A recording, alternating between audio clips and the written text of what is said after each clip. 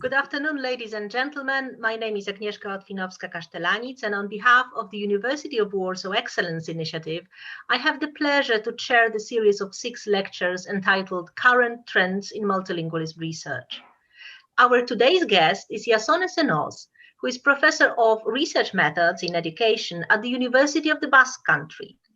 Her research focuses on psycholinguistic, sociolinguistics, and educational aspects of bilingualism and multilingualism. Jasone Cenoz is President of Educational Science Committee of the Spanish Research Council and Chair of the Book Award Committee of the American Association of Applied Linguistics. She has also been a member of the Executive Committee of ILA, the International Association of Applied Linguistics. In 2003, she co-founded the International Association of Multilingualism, was a member of its executive committee, and was then president of the association. Jasone Cenoz has published extensively and has presented her work at conferences and seminars in both European countries, the USA, Canada, Australia, China, India, Singapore, and New Zealand. Her publications include several books and over 100 papers and chapters.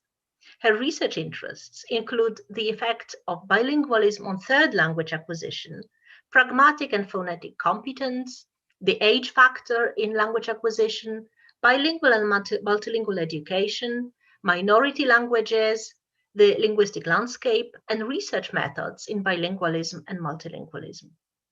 Professor Cenoz has co-founded the International Journal of Multilingualism, where she acted as editor until 2012.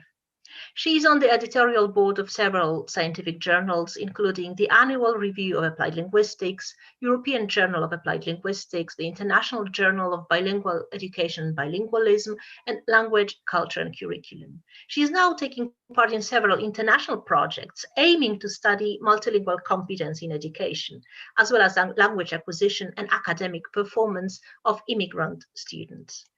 Jasone, it's over to you. It's a pleasure to welcome you to the University of Warsaw. Thank you very much. I'm really very happy to be able to share my work with you, and I would like to thank Agnieszka very much and the University of Warsaw for the kind invitation to be with you today. I'm going to share my screen now, and we are going to see that I'm going to talk about focus on multilingualism and translanguaging in education. And first, just a second, because I couldn't turn.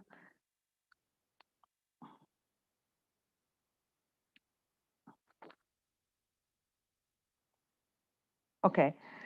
First, I'm going to talk about the approach focus on multilingualism. Then I'm going to talk a bit about translanguaging. Well, most of the talk is in fact going to be about translanguaging, pedagogical translanguaging, and translanguaging and minority languages. And then some final remarks. Okay, so let's look at focus on multilingualism.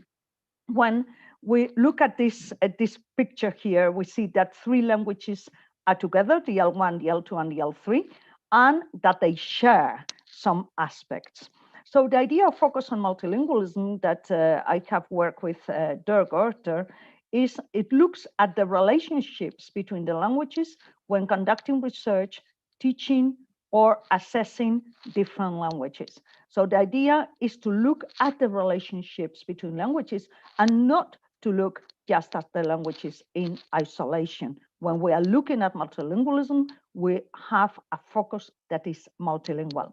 So we are going into softening the boundaries between languages, from hard boundaries to soft boundaries. What are hard boundaries? When we look at the school, when we think about hard boundaries, is when there is no code mixing, shouldn't be any code mixing, code switching.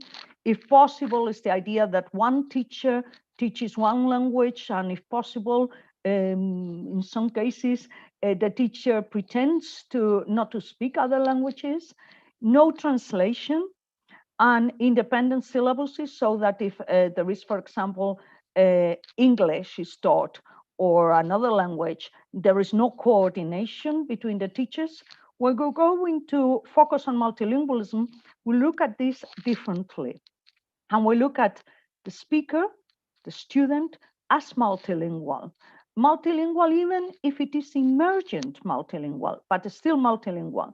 And the repertoire is the repertoire of the different languages, of all the languages that the child or the student can speak or is learning. And all that is in a social context. So if we compare the views, the traditional views that are more monolingual views compared to multilingual views, we have the idea in monolingual views like languages almost contaminate each other. So while we think that in most cases it's possible for languages to reinforce each other, on the other hand, if we think of monolingual views, the aim is balanced multilingualism for all situations. It's the idea that if you are not a perfect speaker of each language, it's not okay. While we know that multilinguals use their languages for different purposes and they can have different skills, and they cannot be compared to monolinguals because they are different. And the same when we look at another aspect of monolingual views could be to look at non-existing monolingual societies as a reference. We know that nowadays, more than ever, there are no monolingual societies. And what we have to think is about real multilingual societies as a reference. So we work with this view of looking at what languages have in common at school and when we do research, and to have a multilingual lens when we are working with languages or doing research or teaching them. Okay, but the famous term is, of course, translanguaging. Translanguaging is a term that has gained currency in the last years, and it really refers to different. It's understood in different ways. So let's see two main dimensions of translanguaging. On the one hand, there is pedagogical translanguaging, when we are talking about instructional strategies that integrate two or more languages. It's a pedagogic theory and practice. Here we are talking about planning and using some strategies to teach. This is what we are talking about. But there is also translanguaging is also used as a spontaneous translanguaging, the reality of bilingual usage in naturally occurring contexts where boundaries between languages are fluid and constantly shifting. I mean, this, if I'm talking in my context, which I use different languages every day, but let's say most people in my context use Basque and Spanish, and sometimes they are kind of going naturally between one and the other language, and they may use some words, they may change, and there can be a turn in one language, a turn in another language. So the boundaries between the two languages are soft. So we understand these two types of translanguaging, but we see them as a continuum, not just as a complete dichotomy, because we can have the two ends of the continuum can be pedagogical or spontaneous. But if we think about a class, for example, and we think about a strategy that has been planned as pedagogical to use resources from all the languages in the multilingual repertoire students have, they could also be, as part of that, there could be some spontaneous translanguaging, because the students may use some spontaneous translanguaging also in class, not only pedagogical translanguaging. And at the same time, that spontaneous translanguaging can be used in a pedagogical way by the teacher. So it's not that they are completely separate, completely different. But of course, there is, it can go, I mean, the practices can go into being just spontaneous, or they have been planned by the teacher in the class with a pedagogical aim. Right, let's look at the origin of translanguaging. The origin of translanguaging is clearly pedagogical. is completely towards the pedagogical end of the continuum. So it comes from Welsh bilingual education, and it was Ken Williams who considered this translanguaging a pedagogical practice which deliberately switches the language mode of the input and output in bilingual classrooms in Wales. The idea is that this was two languages were used in the same class, and one for the input and one for the output. That could be, for example, and here's an example from Williams from his thesis in 1994, even though translanguaging has become more used and used a lot more much later. But this is, for example, a text of about the Industrial Revolution.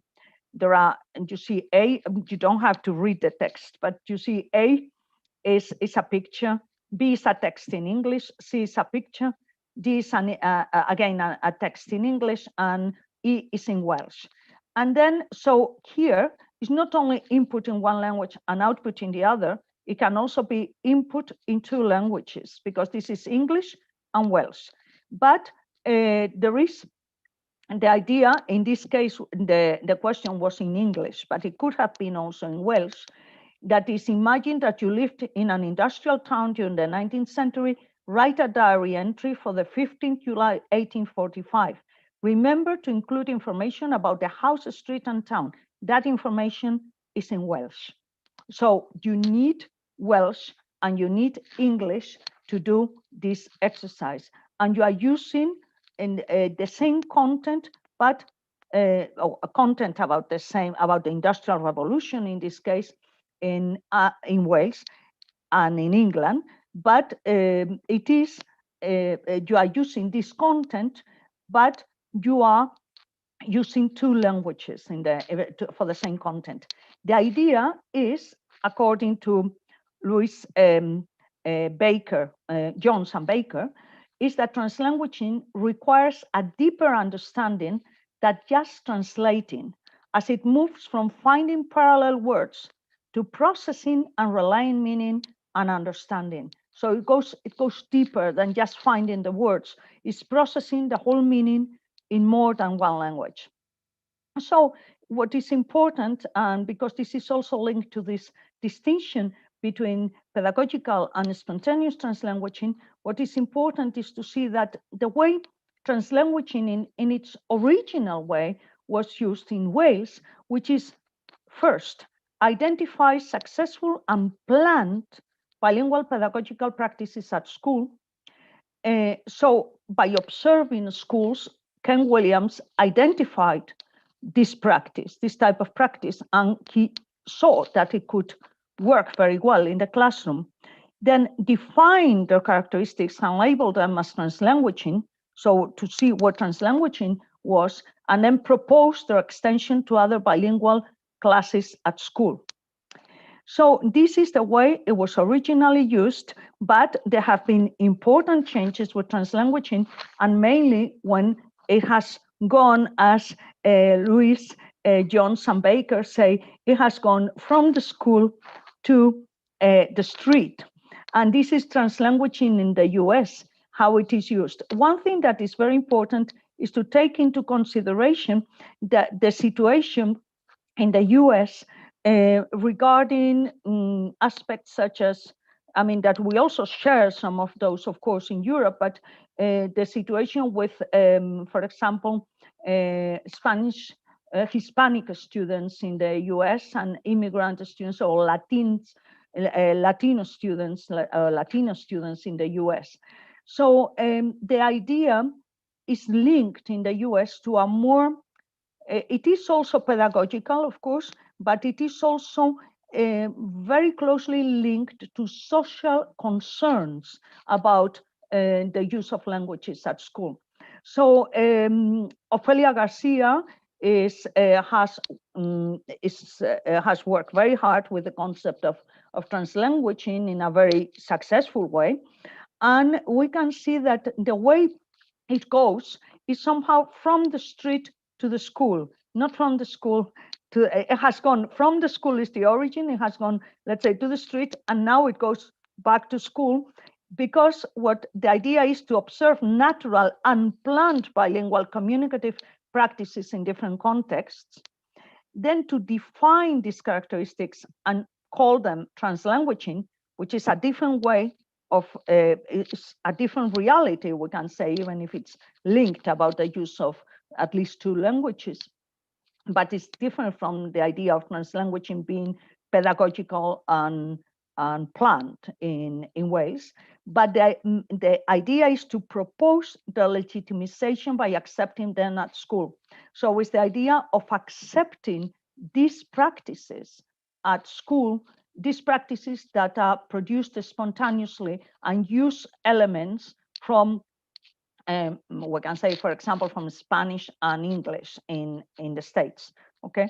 And this is related in many ways with a whole theory about not only soft boundaries between languages, as I said before, but more like languages don't exist, they only exist as social constructs, and only practices exist.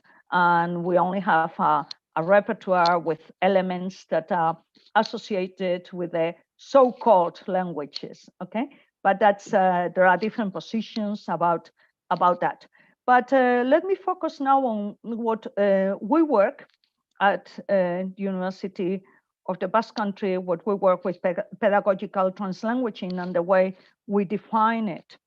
We call pedagogical translanguaging planned. I mean, this is closer, we can say, to the origin of translanguaging in Wales, and planned by the teacher inside the classroom, and can refer to the use of different languages for input and output, which is the most typical way in the origin of translanguaging, but also to other planned strategies based on the use of a student's resources from the whole linguistic repertoire. So the idea is it is planned inside in the classroom.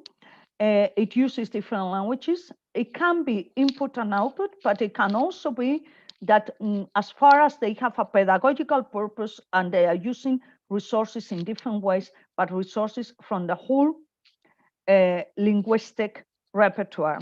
So the idea is that the core characteristics, we could say, of pedagogical translanguaging, the type of program will be multilingual education, or second additional language education, additional including foreign language education. Students will be multilingual to a certain extent, at least emergent multilinguals. The aim of the school is linguistic and academic development in several languages.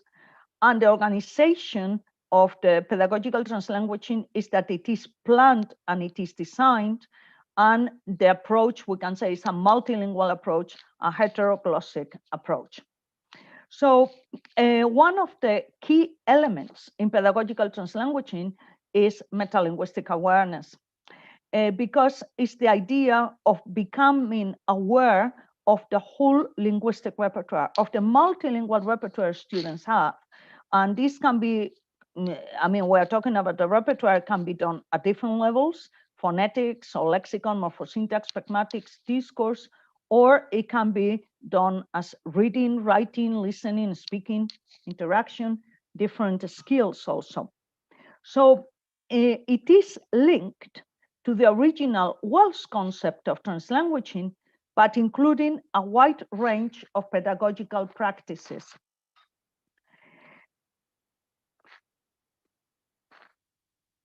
So let's look a bit at some of this, how we do it, or which pedagogical practices. But before we do that, let's look at some resources. I mean, it's not always called pedagogical translanguaging, but we can see that there are ways to work, for example, with cognates, and we have some resources there across languages working with cognates, also morphological awareness, writing, translating, bilingual readers. There are many possibilities.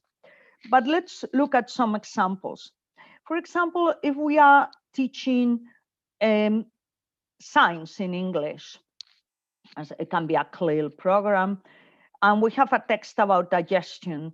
What we do is to work, in this case, is working on vocabulary, and to work on the relationship between the words in the text and the cognates that can be in other languages. In this case, you have English, Basque, and Spanish. We can be working with this, working with the resources from the whole linguistic repertoire. But this is only one of the possibilities, but we work in the same unit. They can be many other resources. Another possibility is to work, for example, with compounds. And here we have, for example, Basque, Spanish, and English. These are the languages we work with. And we can have a word like liburu denda in Basque, which is liburu plus denda, which is exactly the same structure as when it is in English bookshop, book and shop, because even if Basque is a non-European language and related to others and all this, in some cases you can have some cases in which the structures are similar, while in Spanish it is not similar. It is librería, right? And it's also, by the way, a false friend at the same time, because librería is bookshop and not library. But what we can do is to look, for example, combining, in this case, we work with a linguistic landscape. Students can bring pictures, some can be found also on internet, and then they can work with shops, for example, and what they do. And here they have which ones are related in one language or in another. But it can be, I mean, these two examples are from vocabulary, but let's look, for example, at discourse. We can see when telling a story, if you have some formulas how to start at the beginning, at the end, and you have in English once upon a time, or they lived happily ever after, what we have is also how do you say this in the other two languages that they study in the curriculum. Or another example could be when the structure, what you have as the structure of writing in the three languages. So what we see is that in many cases, what we find is that even if there are three different languages, the basic organization of a text can be the same in the three languages. And sometimes what the students are getting is they are getting the organization of a text in one language, then perhaps 2 months later, they have to write a similar type of text in another language, and then they are given kind of perhaps even different instructions, and then later in a third language. And this doesn't work. It's much better if we give them the opportunity for languages to reinforce each other. And this can be done at the vocabulary level or at the discourse level or at any other levels. I mean, it can be at the pragmatic level. There can be many phonetic, many ways. We have done some research after the implementation of several units in a school and having a control group and also an experimental and control group. And we have seen, and here in red, we have the experimental group, we have seen with tests of morpheme identification and word derivation, we see that the results are slightly better, but we are still working on this and working on, there is still a lot to be done, of course, which areas of, which are working better in pedagogical translanguaging, which ones are better than others, and which ages are more receptive to give them the tools to benefit from the whole linguistic repertoire. That's the idea. We also got feedback from students. I'm going to show you a bit. For example, here, this is it's written in Basque, but you have the translation in white. It says, errazagoa izan da hiru hizkuntzekin egitea lan. It has been easier to work with the three languages together. Really? The concepts are better assimilated this way. And why are the concepts better assimilated this way? Because you have them better in the other languages.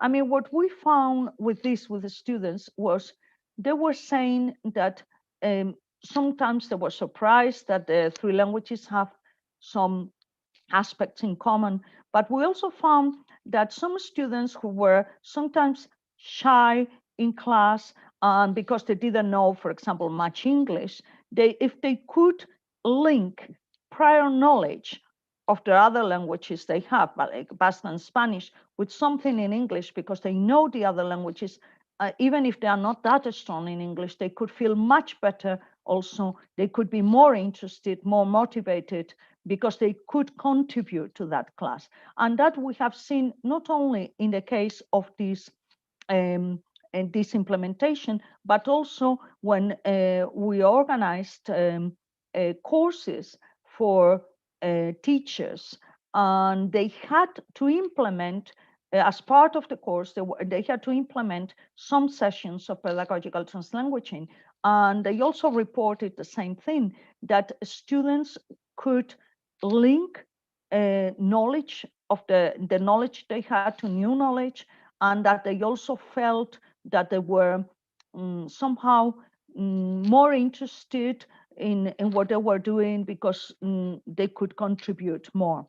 We also asked them in a questionnaire about the experimental group, the ones who had done the translanguaging implementation, and a bit, with the perceptions of translanguaging. And what you see here is that the low ones are when it says it is confusing, that's number 2. And also, I prefer to learn languages separately, number 6. All the others are positive in a scale that goes to 10. So we also got some feedback, more feedback from the teachers, and this is the idea of these 2 ideas. One, to think of what they previously know about a topic, because their input is always positive, not only for themselves, but for the whole class. This is what a teacher said. And also another teacher was talking about students are given the opportunity to provide the information they have to give to their classmates and teacher, and it increases their self-esteem. They consider themselves important, according to this teacher. Okay, but there is another thing that in some areas, not only in Europe, but in other parts of the world, is a bit worrying, and it's the idea of translanguaging and minority languages. I mean, the basic idea here is that if we allow for translanguaging, what is going to happen with languages that are quite weak, we can say, that if everybody is going to use, I mean, the idea, this is very strong in our context, and if everybody is going to be translanguaging, then Basque will disappear, which is a minority language. But this can happen also. I mean, there is also this worry in Wales. There is this worry in many other places. So I'm going to tell you a little bit how we see this. Well, this is just to see where I'm going to refer a little bit to the Basque Country. That's where I am and where I live. And it is part of the Basque countries in France, another part in Spain. It's not an independent country, so it's in between the 2 countries. And there is a language that is Basque, and it is a language that is not related, we could say, to French or to Spanish. It's not a Romance language. It has arrived there, related, we can say, well, nowadays, of course, after many centuries of contact with French and Spanish, and there is also a big influence of these languages on Basque. But the number of speakers of Basque is growing. And this is a sociolinguistic survey for people over the age of 16. And it has gone up in the Basque autonomous community, one part of the Basque country where the measures for protection of the language are stronger. It has gone up from 1991 to 2016 from 24% to 33.9%. So it has gone up, and this is mainly because of school, because of education, and because Basque has become the main language of instruction. If it was including people under 16, it could be even higher. But this, of course, has been an enormous effort and on part of resources and interest, human resources, economic resources, and so on. And the data are very good, of course, in terms of speakers, but many of these speakers nowadays, many Spanish-speaking parents take their children to Basque medium classes, and it is optional. And they take them to Basque medium education. Basque medium can be 50% Basque, 50% Spanish, or it can be, let's say, almost 100% Basque. And of course, there is also English and there is also CLIL. So it's quite an interesting place for those of us who work on multilingualism.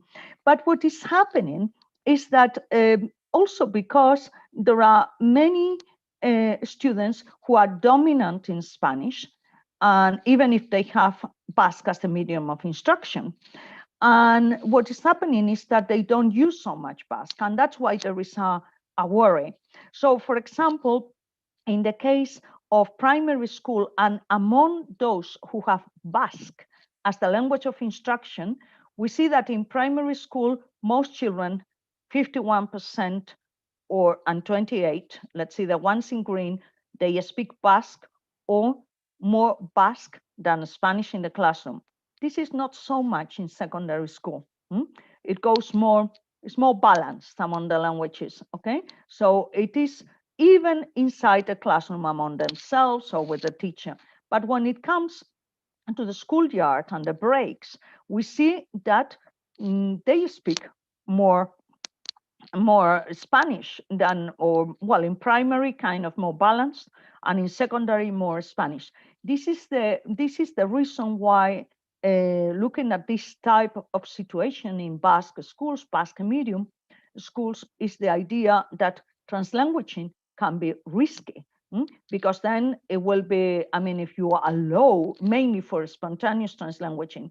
So for example, we have a teacher saying, we have to reinforce Basque more from the beginning. Do you need to do the same with the Spanish? I say, no. And English? No. We need to reinforce Basque mainly. So what is important to see in this case, and what I would like to highlight here, is that there are differences, the importance of context. I mean, if we think about, for example, about New York, and the schools where, for example, Ofelia Garcia works with, those schools, what the legitimization of translanguaging means to take the practices of the minority to the spaces where only English is used. So it's kind of a recognition of the minority. It's a very important step socially to say this is legitimized, these translanguaging practices, okay? But in the case of situations like it could be in the Basque Country with Basque, it would be taking translanguaging, if you allow for any type of spontaneous translanguaging at school, will be taking the majority language to spaces where the minority language is used. So it is the opposite direction. It goes from the majority to the minority. So talking about this and reflecting a lot about this, Durgotter and I have been thinking about some guiding principles for what we call sustainable translanguaging. Sustainable translanguaging that is compatible with the protection and promotion of minority languages. And here what we have is the idea of the designing breathing spaces for using the minority language I will go back to this in a minute. Then creating situations in which the minority language is needed, and using situations in which you really need a minority language, that no translation is provided, that you need it. And then the idea of metalinguistic awareness, that this is done through pedagogical translanguaging, as we have seen with the vocabulary, we have seen with the writing and so on.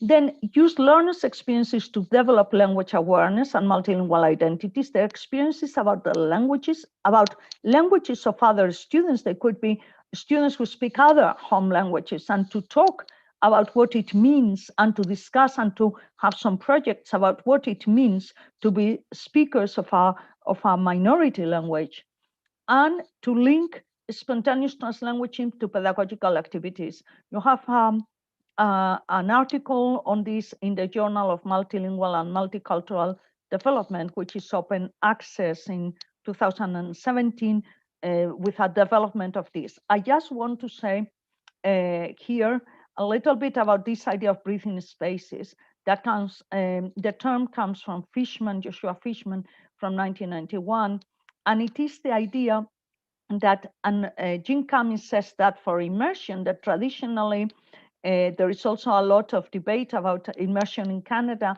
and there is a lot of debate about translanguaging also there.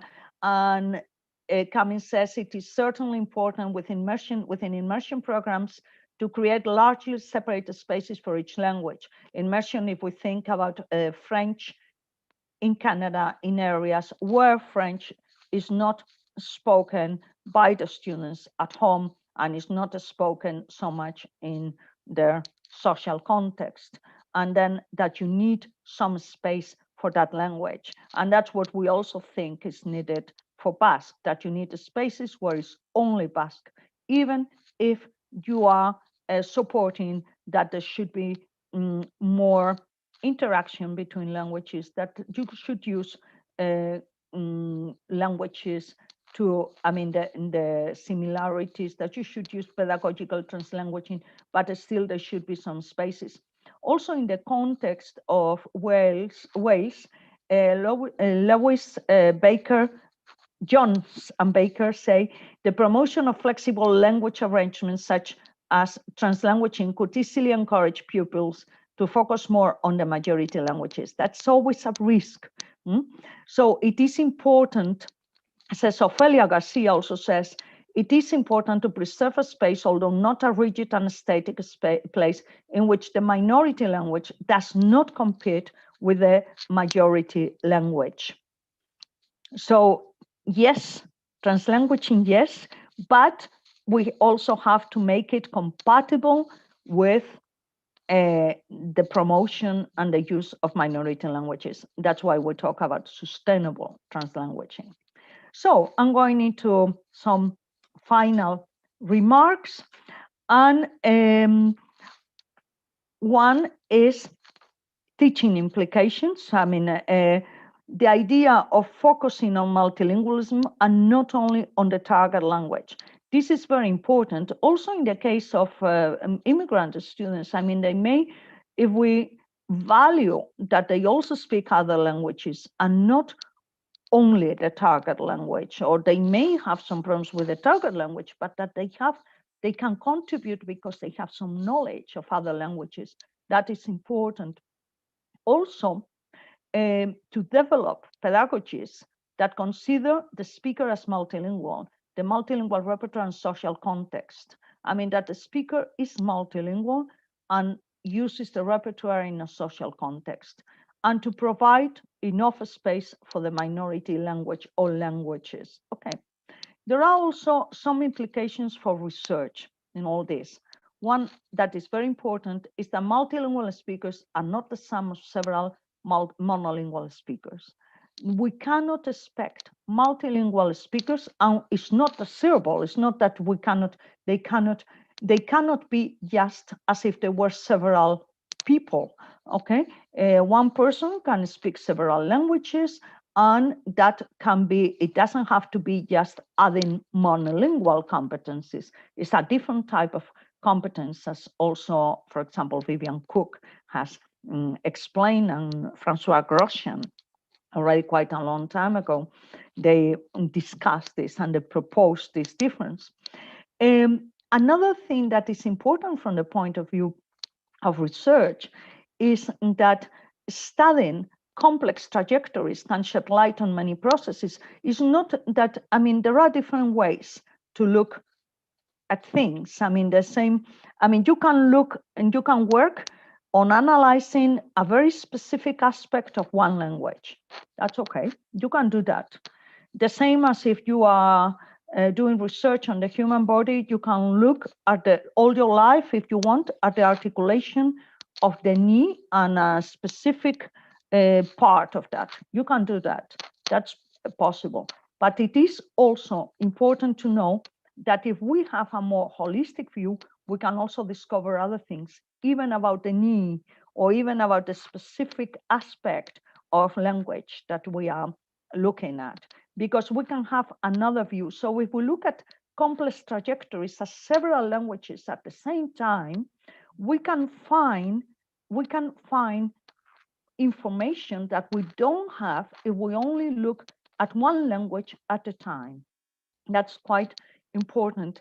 And of course, the idea is to focus on multilingualism, to look at the multilingual speaker using the repertoire in the social context. Regarding minority languages, the idea is to soften boundaries, but it has to be done in a sustainable way, and sustainable translanguaging is rooted in the reality of minority languages, allowing for breathing spaces that create the need to use these languages, and the implementation needs to be tailor-made for a specific context, and taking into account that languages in the wider social context. So the implementation has to be, here we see it better, implementation needs to be tailor-made for a specific context, and it has to take into account the languages used in the wider context and the aims regarding multilingual competence. So what I mean here is that we cannot just say, okay, this is translanguaging, we just bring it here to this school, to this classroom, to this area, to this country. And no, it depends a lot on the social context and the aims regarding the aims we have for different languages. And it has to be tailor-made. We have to look at that. We have to apply that we have to apply it to the context. We can have the ideas, we can have some materials, but we have to apply that to the context. So here we have some references. Before I finish, I just wanted to tell you that if you would like to see a bit of how we work with pedagogical translanguaging in a school in the Basque Country, in YouTube. I'm not going to run it now because we're already in YouTube, but you can see this Let's Make the Most of Multilingualism. It's a short 5-minute video where you can see the children doing the activities. And thank you very much.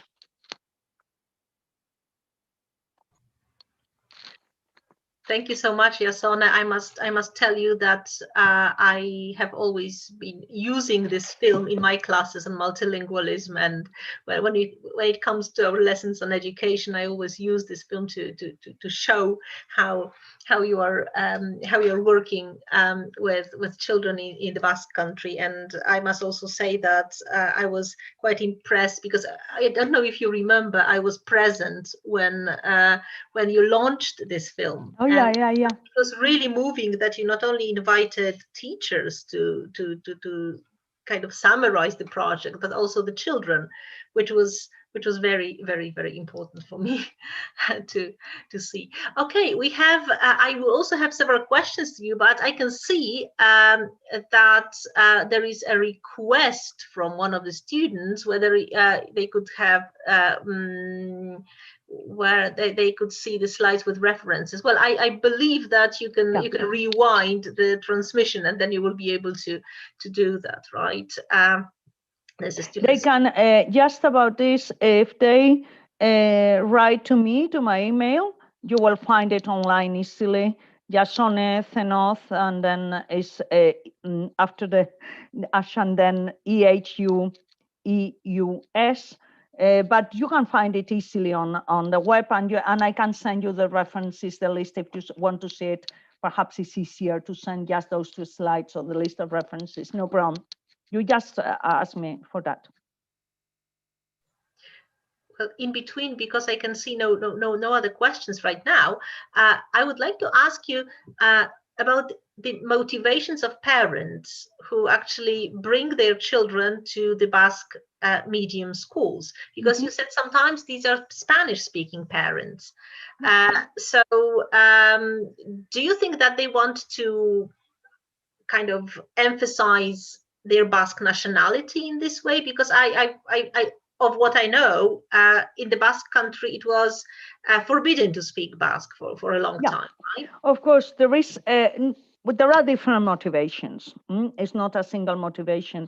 But what has happened is that up to, 1975, we can say we had a dictatorship in Spain, and Basque was not allowed in the public space.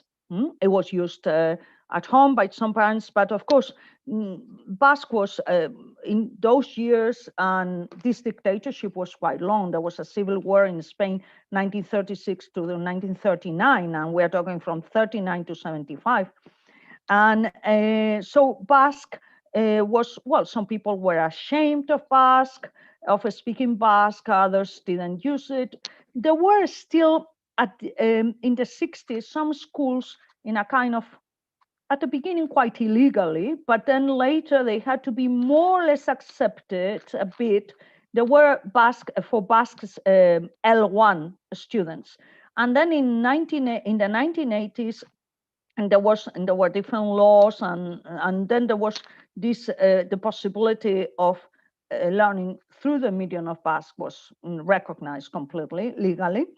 And what has happened is, for some people, it has been like, even if the parents speak Spanish, perhaps the grandparents spoke Basque, and they were not allowed.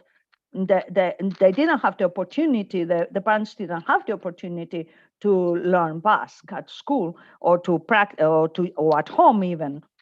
So they would like the children to. They want the children to learn Basque. In other cases, what happens also, I think it is that in many cases there has been more. The teachers have been very motivated to do well, these children do well, and the results have been good also.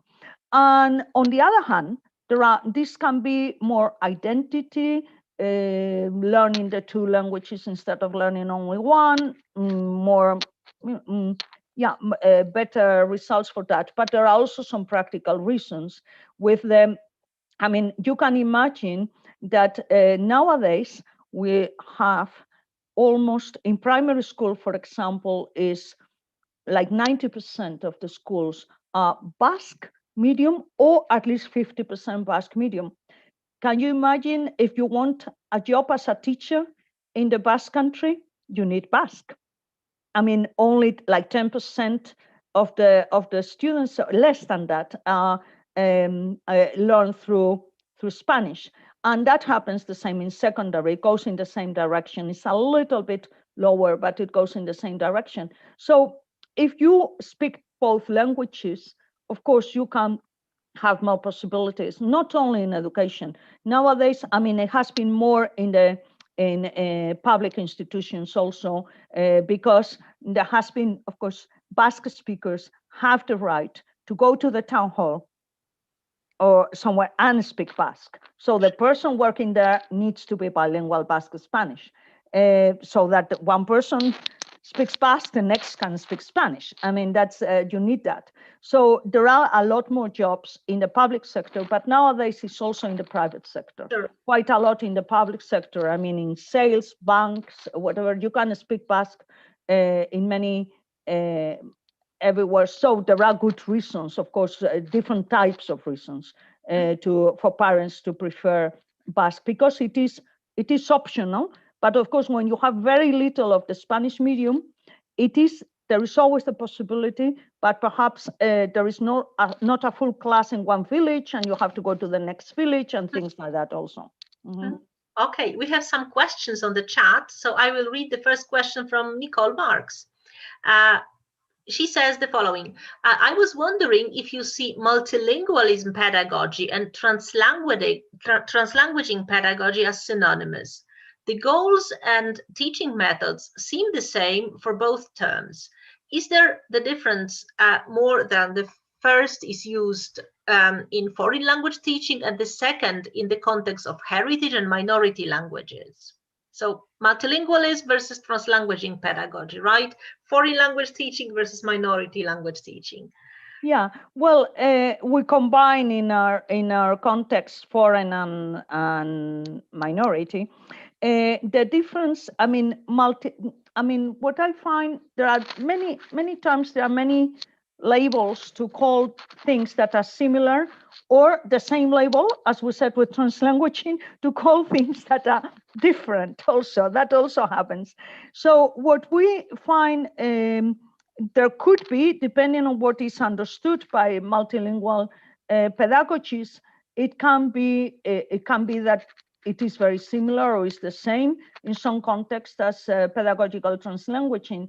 We use the term, I have nothing against the use of the term multilingual pedagogies, and I think it can be used both for minority languages. I don't see the distinction there between minority languages and foreign languages. But what I see, I mean, with translanguaging, it comes, I mean, it is the idea of the original way to refer to translanguaging was this of Wales, where it is more a pedagogical, it has a pedagogical, specific pedagogical purpose. And we are coming from, I mean, taking that as a basis, the original use of translanguaging. Okay, there are two more questions from Michał Paradowski, and well, I will start from the second one because it is also terminological, kind of referring back to Nicole Marks, and he's asking whether we could also add plurilingual pedagogies to the basket, right? So, sure, plurilingual. I mean, multilingual, plurilingual. That's also, I mean. There are definitions of plurilingual that different definitions. I mean, some years ago, there was mainly the definition that plurilingual is about the individual and multilingual is about society. It has always, it has happened that plurilingual has had more closely related to a more French origin. It's also very common in Spanish because it sounds quite good in Spanish to say plurilingue instead of multilingual, but in English, it's a lot more common to say multilingual than plurilingual. It depends on that. And nowadays, you find also definitions of plurilingual that when you have this, let's say, this multilingual view that about language teaching, this multilingual view, whatever you can, I mean, we work with focus on multilinguals, but it's the multilingual view. When you look at this at language teaching or at research from a multilingual lens, that for some authors, that's plurilingual. And when you don't, it's multilingual. Well, that's a way to, there are ways. I mean, yeah, I mean, it is the way that it is used by some people. Some years ago, it was just that when it is the individual, it's plurilingual. When it is society, it's multilingual. I don't see, I mean, I don't see that, I mean, I use both terms, and in Spanish, I use more plurilingual more times for exactly the same as multilingual. Okay, there's another question from Michał Paradowski, and it's terminological. Does pedagogical translanguaging need to be planned ahead of time? Or would translanguaging by the instructor in response to a current need also classify as planned, provided that the goal remains pedagogical? Yeah, there is we are working on different types of this, and there is a distinction. I mean, you can go in different ways. Something that is kind of spontaneous in a way, can become there, that the teacher uses the opportunity, that is also pedagogical translanguaging. I mean, that there is something that is coming and somehow the teacher has not planned that the day before as part of the lesson plan, but there is a possibility of using some resources pedagogically at that moment, because there is, I don't know, there can be an example that a student gives, and then from there, the teacher goes on explaining something pedagogically. That's one possibility. Another thing is to be planned. And the planning can be also at different levels, because what's important, I mean, you can say, well, how can I have, it depends, it can be more or less intense. One thing could be, for example, I teach mainly in English in my class, except for a few, can be some when we are making some comparisons, I'm doing everything in English, but then I'm coordinated with the teacher of another language. That could be Polish, or it could be Spanish, or it could be whatever language. And so that when we go into something like, for example, in writing or whatever, we are coordinated and we are reinforcing each other. That is one possibility. It could be stronger if you are using more the different languages inside the same session more intensively. So there can be different ways with that. You can do it in different ways. Okay, we have another question exactly about that from Elvira Munoz, who is asking, what about the implementation of translanguaging in a second or foreign language class with students that have different first languages?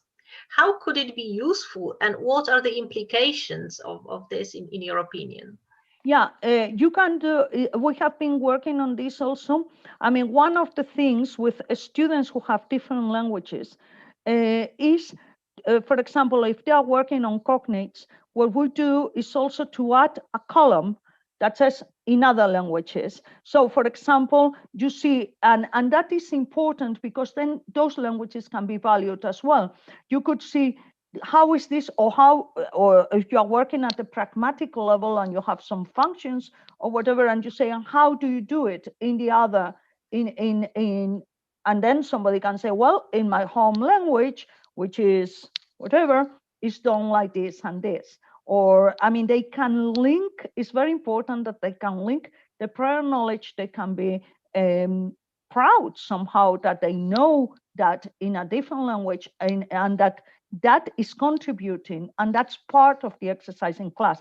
We know it's very difficult to have all the languages in the curriculum, but if we have some, not only respect, but that everybody learns from those languages. This is the idea of the language awareness, but also that the way it is said in another home language is useful for the English class or the other class, whatever class it is. That could be also very useful. Okay, we have people writing many thanks to you in the different languages, including Basque and Spanish and English, right? Thanks for your answers. But we have another question from Fatima Al Shamiri, and she is asking the following question: how can we use focus on multilingualism approach to improve pupils' writing when it comes to written corrective feedback as an instructional tool? Yeah, in corrective, I think that it is in when providing feedback as an instruction, it can be, I mean, the important thing is that the students reflect about what they are writing in any language. I mean, it's not only, I mean, one of the things that is needed at the school is to develop a lot reading and writing skills. I mean, and so the important thing with, and when providing feedback, is that to give hints so that they reflect about how, for example, why some vocabulary is like that, or some expressions, or even to reflect about aspects that could be in writing. It could be like, what is the intention of the author, or what can be done. I mean, it can be done sometimes more across with resources from other languages, more or less resources, but in the feedback, it is mainly raising metalinguistic awareness, I would say, in terms of pedagogical translanguaging. Other things are needed also. One thing that is important, I think, is not only pedagogical translanguaging. I mean, if you want to, I mean, it's not that everything has to be translanguaging or everything. I mean, it depends on the context. You need some spaces for only one language. And of course, in writing, we can say, okay, pedagogical translanguaging can help, yes.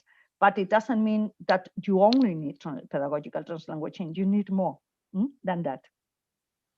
Because we don't have any more questions on the chat right now, let me just ask you one more thing. What is the age range of the students you have been working with?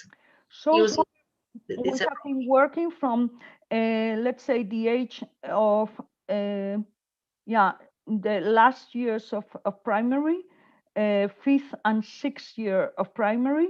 So which means 10 to 12, more or less, and secondary. Secondary can be any year. We have to see a bit more if we can work with younger students. With secondary school, it can be any year, because we're talking about reflecting about languages, about comparing, and we have been working also in the 5th and 6th of primary, which is 10 to 12, from 10 onwards, let's say. But we have some teachers interested in working with younger students also, so we'll see a bit in the future. Yeah, I'm really interested to see the results of your projects. Jasone, we don't have any more questions on the chat as far as I can see. I would really like to thank you for this fascinating lecture, for your slides, for your sharing the experience with us, and thank you very much for your answers to the questions. It's been a pleasure having you here at the University of Warsaw, and in this international community that has been listening to your fascinating talk. Thank you very much. It has been a real pleasure for me as well. Okay. Bye. Bye.